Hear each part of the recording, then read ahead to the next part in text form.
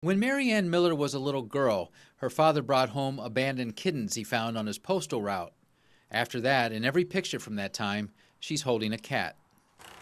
These days, operating from her house just north of Sweet Home, she gets phone calls nearly every day from people wanting help. I get the semi-feral cats and the feral cats and the cats who have been abused and traumatized. I socialize them, I get them to health, and I find them good homes.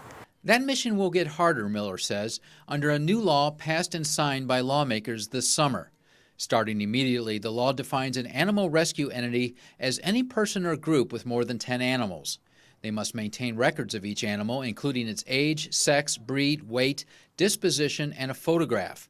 There is also a licensing requirement and a fee. What it does is it just makes our job so much harder to do. What disturbs Miller the most is the provision which allows officials to search her home without a warrant. She also finds the term animal neglect to be overly vague. Is it a dirty litter pan? Is it a kitty with an upper respiratory infection? I mean, there's no guidelines. And I think it will prevent cases in which people start out possibly with good intentions and then perhaps wind up overwhelmed. Sasha Elliott of the Green Hill Humane Society calls the controls built into the new law absolutely appropriate.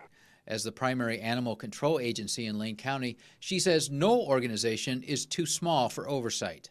I think care of the animals is of the highest importance, and that should be the case for any size rescue organization.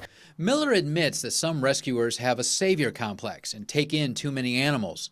In fact, the new law, which also stiffens penalties for animal cruelty, stems from a January incident involving a dog rescue group in Brooks. Over 120 dogs were seized from a warehouse which was overflowing with garbage and waste. Those are the ones that give the smaller rescuers such a bad name and a bad rap. Still unclear is which agencies will issue the licenses and collect the fees.